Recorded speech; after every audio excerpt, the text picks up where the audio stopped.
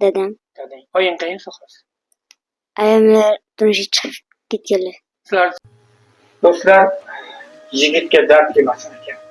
Agar dard kelsa, ishongani ham tashlab ketar ekan.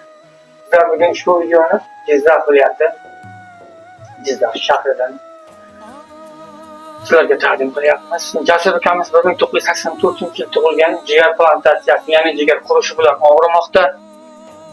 Qorin sohasi ishib ketgan.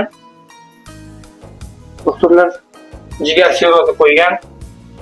Akalar, opalar, butun O'zbekiston xalqi ko'rib turgan bo'lsalaringiz, bu ukamiz bu dardga chalinganida hali 2 yosh begona ekan, o'zining turmush o'rtog'i ham bir nafar bolasi bilan tashlab boshqa birovga turmushga chiqib ketgan.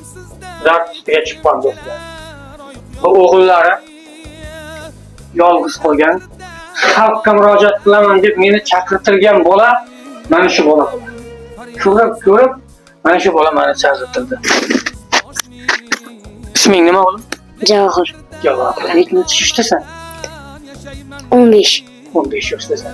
Shu inson senga kim bo'ladi? Dadam. Dadang. Oying qayerda hozir? Ayamlar turmushga chiqib ketganlar. Sizlarni tashlab ketgan, dadang shu dard bilan qolgan. Tashlab ketganlar. Xalqimizdan nima so'raysan dadang? Dadamlarga yordam berishini, shu yaxshilik qilishlarini so'rayman. Xudo xohlasa, albatta katta inson bo'lsang, senga mana shunday saxiy inson bo'lasan, shu yurtdoshlarga o'xshagan. Xudo xohlasa, o'g'lim. Xolajon,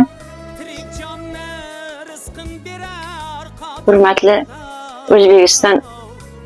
O'zbekistonliklarimiz, yurtdoshlarimiz, qarindoshlarimiz, sizlarga murojaat qilaman. Mana shu o'g'limga 1 yil bo'lyapti mana shu ahvolda yotganiga. Qo'limizdan kelganini qilyapmiz, lekin qurbimiz yetmayapti. Sizlardan yordam so'rayman.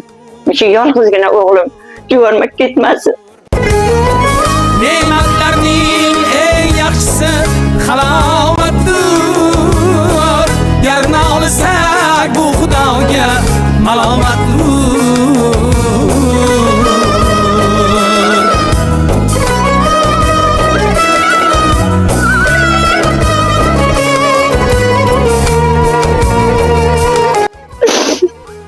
do'stlar, mana shu insonning hayotga qaytishiga va mana shu o'g'limizning yetim qolmasligi uchun sizlardan onaxon yig'lab mana ukamizning o'zi yordam so'rayapti.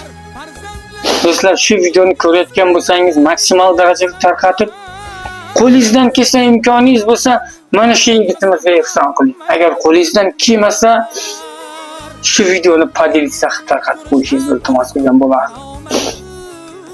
Jasur, o'zing nima deysan, jo'rab? Xudo nasib qilsa, mendan qaytmasa shu farzandimdan qaytsin. Qaytadi albatta. Qilgan yaxshiliklaringizni unutmayman. Qo'lingizdan kelgancha, kelmasa qurbingiz yetgancha yordam qilishingizni so'radim. Chunki imkoniyatim yo'q hozir. Bitta bolam uchun majburman. Shu uchun yashaydi, atyapti. Uylantirib qo'ysam, adam qilmasdi hali yosh. Bolamni to'yini ko'rsam, shuni ana qilib, katta qilib shuni salona mendan boshqa hech kim yo'q. Hamma bo'ldi, jumon bitta ekanamiz, buasi. Boshqa hech kim yo'q. Yordamga muhtojman. o'g'lim, Xudo xolasa sen ishonasan, dadangni tuzalib ketishiga. Xudo xolasa Ishonasan. yordam berishlarini so'rardik. Sen yetim qolmaysan, xalqimiz senga qarab turmaydi. Hech qachon qarab turmaydi. Dadangni Xudo xolasa tuzatamiz. Ha? Rahmat. Xudo xolasa yaxshi bo'ladi. Onaxon, qani bitta amin ayt. Ilohim. Ishqilib mana shu bolamni dardiga Alloh avvalambor Alloh shifo bersin. Hurmatli, sizlardan iltimos qilib so'rayman. Qo'llaringdan kelsa yordam beringlar. Shu yolg'izgina bolam hayotda yashashini xohlayman. Alloh amin. Sizlar bizga bersalarim, sizlarga Xudo bersin. Amin, Allohu akbar. Do'stlar, eng achinarlisi, o insonning boshiga dard kelganda 18 yillik turmush o'rtog'i ham boshqa birovga turmushga chiqib ketishi, bu ozgina noinsoflik deb o'ylayman. Kelinglar do'stlar, men o'sha uchun ham mana shu o'g'lim chaqirtirdi, mana shu uchun ham keldim sizlardan yordam, poddeshka. videoni maksimal darajada tarqatinglar, kerakli ehson qiluvchi blogerlarga yetib borsin. Kesin mana shu ukamizni ham u ham qo'ldan kelgancha quvvatlab ehsonni yeb oyoqqa turg'izaylik.